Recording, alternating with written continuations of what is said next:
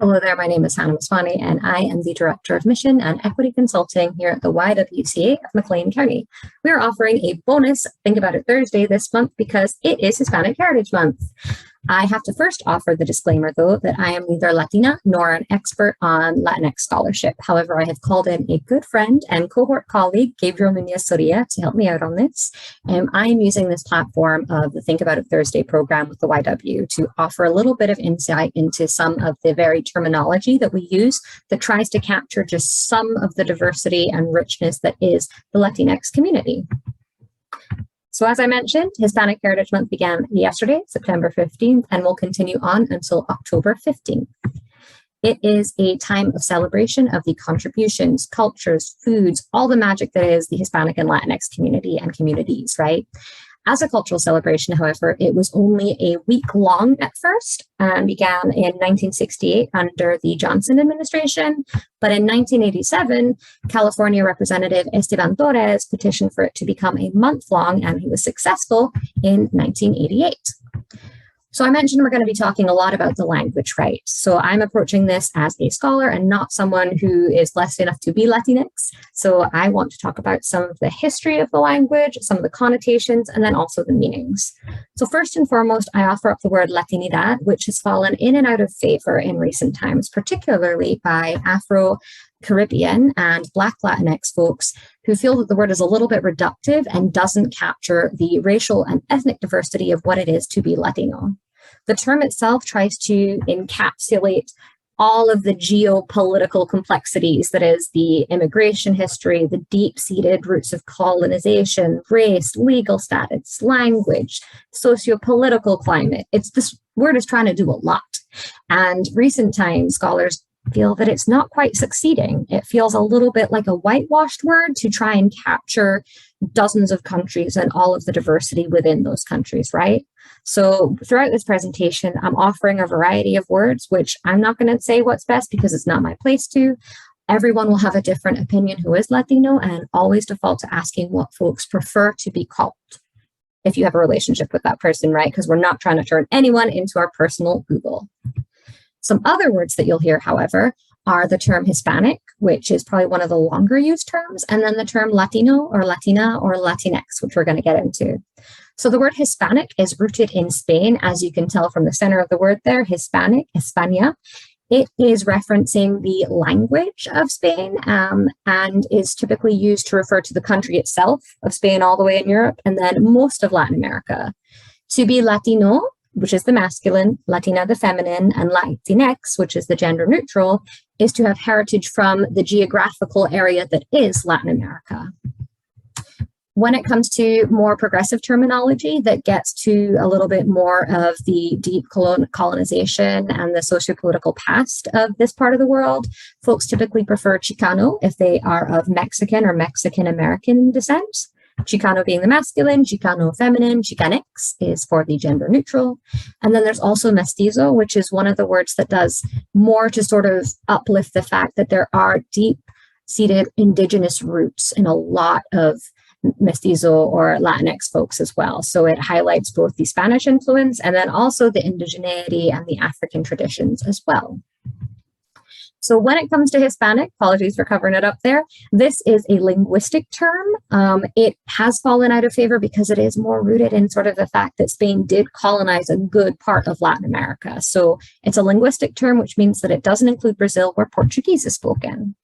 When it comes to Latina or Latinx, this term is geographical, because it does include Brazil, but not Spain, which is in Europe. However, going back to the criticisms and the rightful criticisms of Latinidad, the term doesn't allow for inclusion of folks from Trinidad and Tobago, Jamaica, or the Dominican Republic, where Spanish is spoken. So we want to talk about what it is to call people by their names. I've mentioned the term Latinx, and that is, as a queer person myself, a term that I do typically default to. However, it's not necessarily a term, I learned, that is used in the Latin community itself. According to research done in 2020 by Pew, about 1 in 4 folks who are Latino have heard the term, but only 3% use it. So a majority of Latino folks typically don't. Whoop. When it comes to the terms Latinx and Latine offered as a little bit easier to read because Latine versus the X sound. These are the gender neutral options, which are generationally favored by folks who, like me, are either semi-recent college grads who are in college because of our age, because of generational sociocultural change. We've had the privilege to think more about our gender in less traditional ways. So I love the ability for non-binary gender expression that these words afford. However, we have to caution ourselves, for those of us who are not Latino, that we're not imposing Eurocentric or English linguistic traditions, that we're not colonizing the language on our own quest for inclusion, right?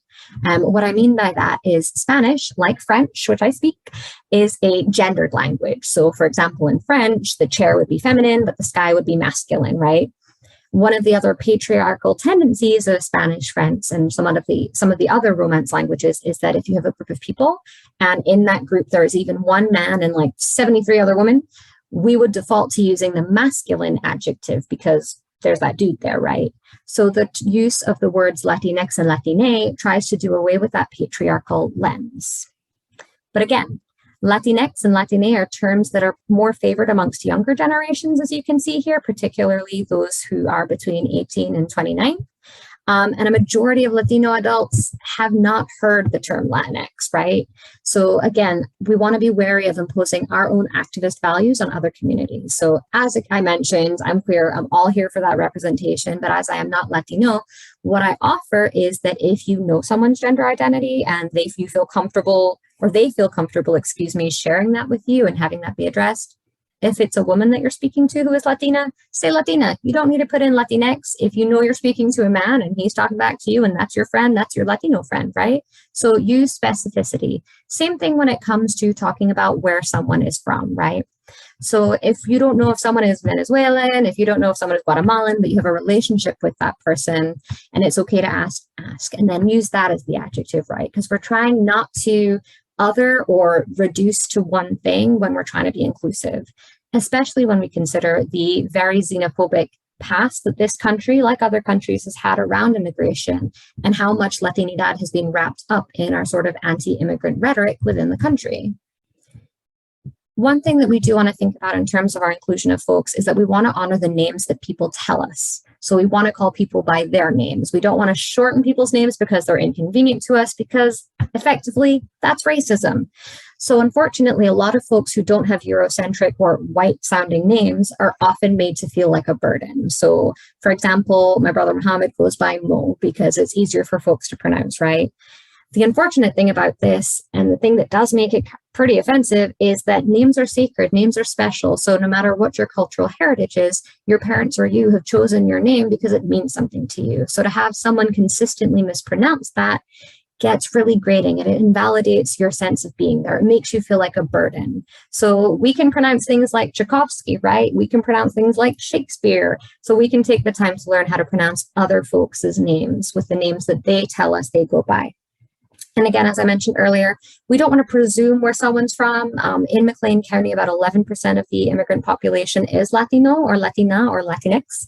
But we don't want to presume where they're from, right? So try not to lean into these reductive stereotypes that unfortunately have become so much of a part of popular rhetoric around identity. So as I said, I'm not Latina. I've offered you so many different words. Should I call someone Chicana? Are they mestiza? Who I've called in today is a good friend of mine and a Latino scholar and activist, Gabriel Nuñez-Soria from San Diego. And in this next little slide, he is going to talk to you a little bit about the language that he prefers. My name is Gabriel Nuñez-Soria, born and raised here in San Diego, California, Califas, Aztlán, unceded Kumeyaay territory. I was born to Renee Nuñez and Caroline Moran, and I identify as Chicano. Chicano being a derivative of Mexica or Mexicano. And my grandparents are from Mexico. My grandfather, Pedro Nuñez, is from La Paz, Baja California. And my grandmother, Maria Dolores Rodriguez, is from Cacarotan, Sinaloa, near Mazatlan and near El Rosario. In thinking about myself in relation to Latin America, then I prefer Latino, Latinx to Hispanic. Hispanic seems to just really be focused on Spanish roots, rather than focusing on Latin America.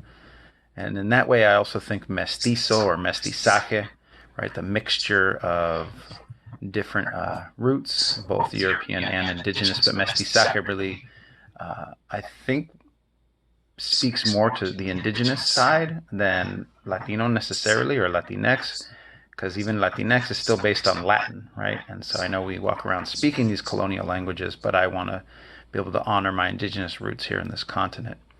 So I prefer Chicano or Latino to other identifiers.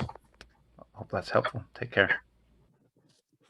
Thank you, Gabriel. So y'all better be on the lookout for some fantastic scholarship coming from this gentleman right here. So part of the goal of this Think About It Thursday presentation is for us, myself included, to continue to educate ourselves on Latinidad, on Chicano identity, on mestizaje, and to remind ourselves, especially given the xenophobic rhetoric around Latinidad, that no one is illegal on stolen land. So if you're in McLean County and you're watching this and you're looking for ways to get involved, let me offer the following organizations who are doing some fantastic work in the community there. First and foremost, the Immigration Project. If you have folks who do have any form of need in terms of seeking representation, definitely give them a shout out. Super duper phenomenal in terms of language access, as are our local public libraries in both Normal and Bloomington. In terms of opportunities to help assist with teaching English or learning English, shout out to Star Literacy and Heartland Community College. And then BCAI and Angelique Ratchke are doing a fantastic job of promoting some really cool events in the coming weeks. So please be on a lookout for those. And to anyone who is listening, who is Latinx, who is Chicanx, I want to give a shout out to the CEO of the Hispanic Heritage Foundation, who said that you are not lucky to be here, because the world needs your perspective and they are lucky to have you. And so I want to end with that on a note of celebration and a note of appreciation for Gabriel Nuñez-Soria, for everyone else who is doing the work of celebrating and uplifting this fantastic community and continuing to do the work that helps us eliminate racism and empower women. So thank you very much. I've been Hannah Maswani, and it's been a pleasure to lead this Think About It Thursday.